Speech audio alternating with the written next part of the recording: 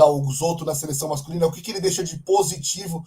Renan, que assumiu em 2017, né, no mesmo ano conquistou a Copa dos Campeões, depois foi campeão da Copa do Mundo em 2019, ele comandou em 2 campeonatos mundiais, foi prata em 2018 e bronze no Mundial seguinte, né, e foi 4º lugar também nos Jogos Olímpicos de Tóquio. Então, qual é o legado, quais as coisas positivas que o Renan deixa para a seleção brasileira?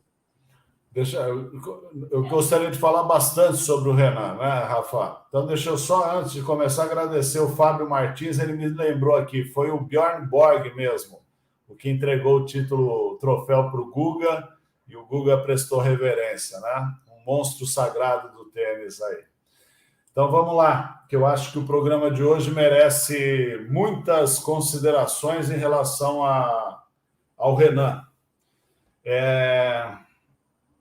Primeiro, a gente precisa considerar, eu estava falando da história, né, Rafa, que a gente não pode esquecer a história, e isso já foi uma introdução para o que eu gostaria de lembrar. O Renan faz parte de um momento chave para o que a gente conhece como voleibol hoje.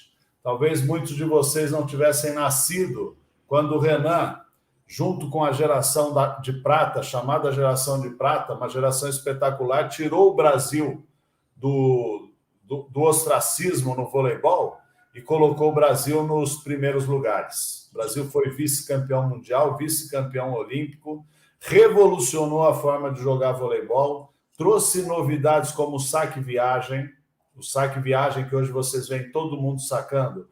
Foi o William e foi o Renan que trouxeram naquela década de 80.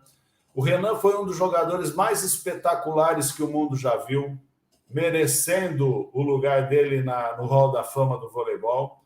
É um dos jogadores mais reverenciados no mundo todo.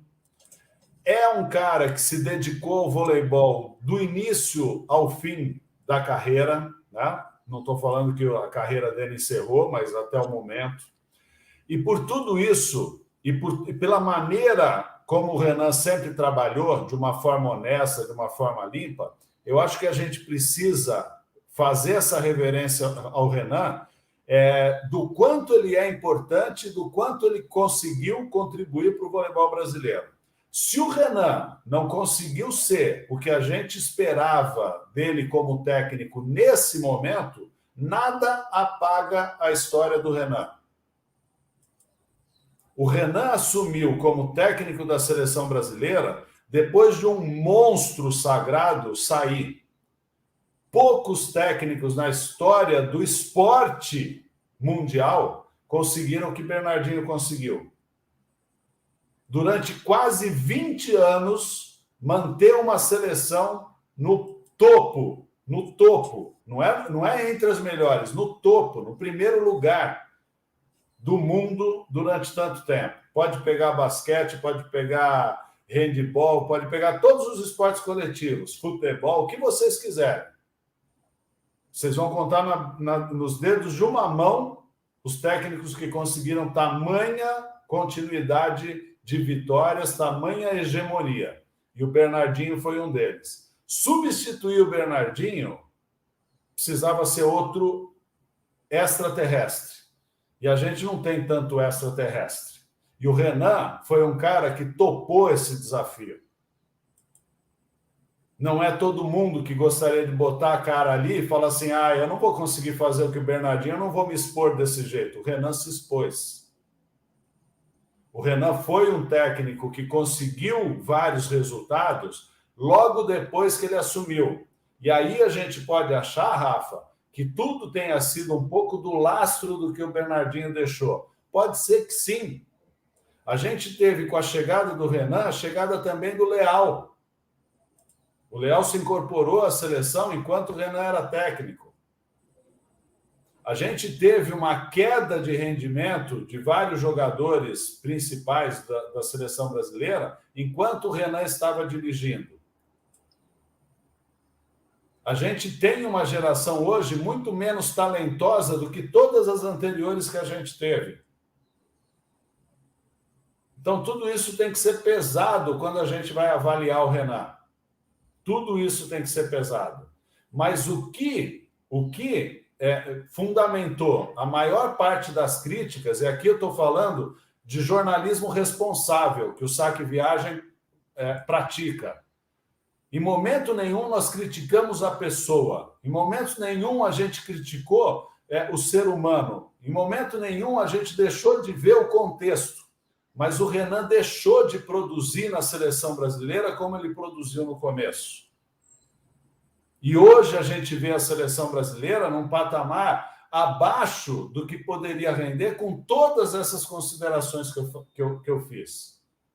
Não é qualquer técnico que conseguiria fazer diferente do que o Renan fez, mas o Renan parou de ter resultados que a gente pudesse falar assim, cara, tá indo, nós vamos chegar em Paris babando, nós vamos chegar forte. A gente estava cada vez ficando mais para trás. E isso, mais uma vez, não desmerece tudo que o Renan fez pelo voleibol brasileiro. Por ter assumido depois de uma era Bernardinho, por ter assumido com todas essas dificuldades. Mas o trabalho parou de aparecer.